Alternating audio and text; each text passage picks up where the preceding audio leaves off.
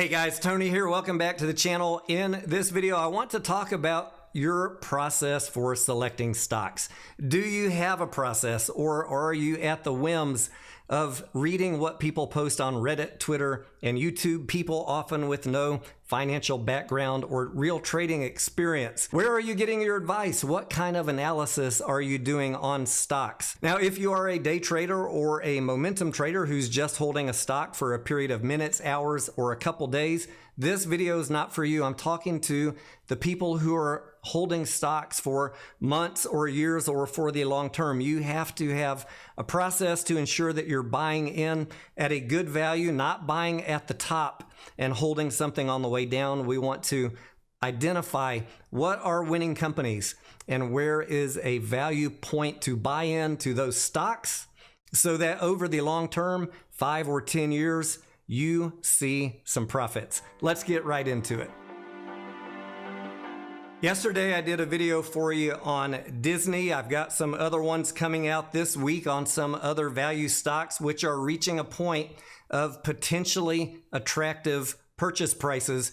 We are looking for blue chip companies with a history of growing revenues and growing profits. In general, for long-term success, we want to avoid holding for the long term companies which have a history of no revenue or no profits. These are going to be problem children in your portfolio.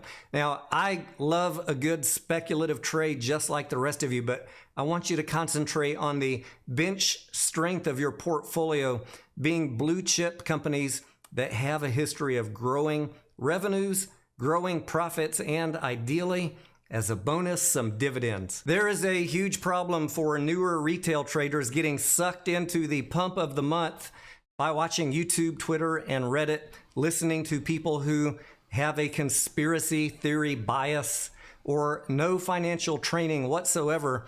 They never go through the financial statements with you. They never go through the risk section of the 10 Qs with you. And if they do go through that risk section, what do they tell you? Oh, well, this is trying to scare us out of the play. Guys, a risk section in a 10Q is absolutely stuff you should be paying attention to.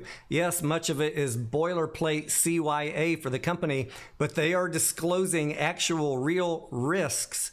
And many times those risks are there for years. Some of you are just reading them this week. Congratulations on reading a 10Q. But if you have been ignoring for years the risk section in stocks which you have been holding for years, and now some of those risks are coming true, the only person that you have to blame for that is yourself, because the company disclosed those risks to you for years on end. And it is absolutely critical, guys, that you learn how to divest yourself from these clickbait conspiracy theorist people out there on social media if you want long-term success. Now, occasionally do we get lucky with some momentum trades, some short squeezes, some bankruptcy plays? Yeah, sometimes you can get lucky, and people absolutely have, and they will again, and I hope to be there with you on some of them. But today we're talking about how to pick stocks for the bulk of your portfolio so that you can sleep well at night and then allocate a small portion of your portfolio to the gambling, speculative stuff if that is what you like to do. There's certainly no problem with having fun with stocks. I just don't want to see you putting all of your investments in one speculative trade. So I went through with you Disney last night, a very controversial stock. I don't agree with a lot of their politics, but I don't factor politics into my decision matrix about when a company is a value buy. It is strictly based on financials. Politics, in fact, is often a catalyst that makes a company a value buy. That is part of the analysis that we all have to do. We're going to be talking about some other stocks this week. PayPal is up next, followed by CVS, and I've got some other ones for you that I have been buying recently or that I have in my portfolio. And if value investing, if picking winning stocks for the long term is something that you are interested in, stick around, hit the subscribe button if you are new here, and I'm going to help you learn the process of how to evaluate stocks, what to look for in a 10Q, what financial ratios to look at, what to look for on an income statement and a balance sheet, a cash flow statement.